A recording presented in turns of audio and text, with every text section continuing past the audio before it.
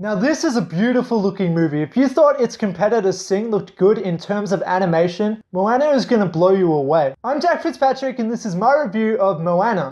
So I'm just gonna straight up say that Moana is basically visually perfect. From the beautifully animated luscious waters of the vibrant oceans, to the beautiful designs of the environments in which the characters visit, Moana constantly proves that it knows what it's doing in terms of animation. If you have any problems with this film, I'd find it hard to believe that the way that it looked was one of them. So before I get any further into my review, let me explain the premise. The film follows the titular character Moana as she embarks on this kind of dangerous journey in order to help her people, as well as learn about herself and the world beyond her own home. On the way, she must search for this demigod named Maui, who is kind of a legend to her. And she must get him to return this ancient artifact back to its rightful place, which was taken for a particular reason. And from here, Moana honestly follows kind of a been here, done that kind of storyline. But it executes it with style and originality. Moana still felt oddly refreshing because it went down that kind of route that a lot of classic Disney princess movies do. And in that way, Moana felt kind of timeless. It had the heart, it had that sense of fun, and it clearly had the care put into it. Moana also shared quite a few traits with other classic Disney movies. First and foremost were the memorable characters, Moana and Maui, whose relationship is somewhat complicated. Moana is a curious young woman who has her heart set for adventure, even though it's forbidden where she's from. And Maui is sort of a morally complex character who is capable of both heroism as well as selfishness. And throughout the film, the two get along like what would best be described as unrelated sibling rivals, in that they have to work together, but they also kind of dislike each other.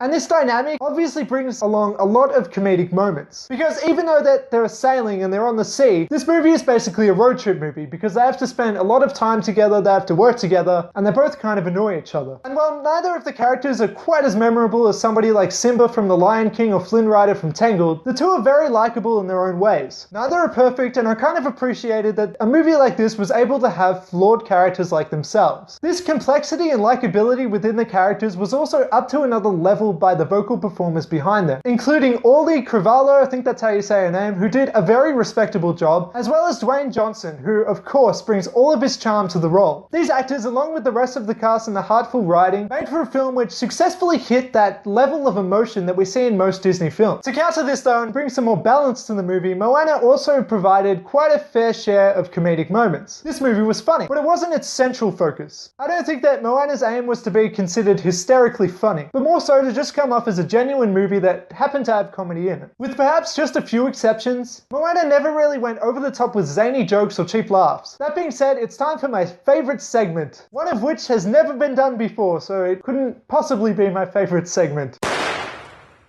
So pretty much every single time a character said anything that could be considered even minimally funny, this woman behind me was just in hysterics. Every mildly comedic line, every visual gag, and every other single moment which this woman deemed worthy had her cackling like crazy. And I have to admit, it was kind of driving me insane, but only a little bit, because more so I found this kind of entertaining. And man, I kind of wish I laughed that easily, because if I did, I think I'd be just a happier person. I would be laughing all the time. I mean, it was so bad though that even in the climactic moments of the movie, which were supposed to be taken quite seriously, had her laughing. There was literally not a joke in sight, and there she was. Anyway, tangent over, I guess. Let's get back to the review. Something else that I never actually mentioned before was that Moana is a musical. And since seeing La La Land and really loving the hell out of that movie, I have to say that I don't think I really quite hate musicals as much as I thought I did. Because man, Moana actually had quite a few catchy songs, and they were used sparingly enough so that they didn't become annoying. And rather than being the focus of the film, the songs came off more so like little segments for the animators to have a bit of fun, and for the audience to catch their breath for a second. Though perhaps not ever really feeling quite as musically epic as something like Frozen, I'd say that Moana did a really great job of balancing its story and songs. Also, I enjoyed it a hell of a lot more than I did Frozen. I just had to throw that out there. Another little detail which I particularly liked about the film was that there was no love interest. It's here instead where Moana focuses on the story, and I think that it was all the more better for it. And unlike Frozen, it didn't really feel like it was trying to make a statement through this. It never felt like Moana was trying to show off that there were no knights in shining armor. More so, it just came off as natural, and I don't think it really cared if we noticed or not. This again though brings me to another comparison with Frozen. I love the fact that Moana's protagonist is a strong female, but I also love the fact that the film never really feels like it has to bring too much attention to it. It doesn't beat us over the head with it. Instead, the film just provides many moments which prove it. It shows rather than tells. Moana is simply a strong character who just happens to be a woman, and that's that. It doesn't need to be treated like it's a big deal, and it never really feels preachy about this like Frozen does. Now though, I have to get to some of the negatives when it comes to this movie. One of the problems that I had was that the villain wasn't really focused on heavily enough, and it made for an anticlimactic ending. By the end of the film, it felt more like a video game boss battle, rather than a worthy and earned encounter. However, in saying that, I don't even think that the villain was necessary to begin with at all. Just the challenge of the adventure and achieving their goal was enough of a demanding motivation. In the end, Moana was a very fun, family-friendly film. Fun, family-friendly film. Lots of F's there. Which I think has the potential to be enjoyed for a long time. Unfortunately, I don't really think that this is quite going to be the hit that Frozen was. But if you ask me, Moana was a success and a far superior film. The characters were extremely likable, the songs were actually pretty damn catchy, and the animation was unquestionably flawless. I would rate Moana an 8.75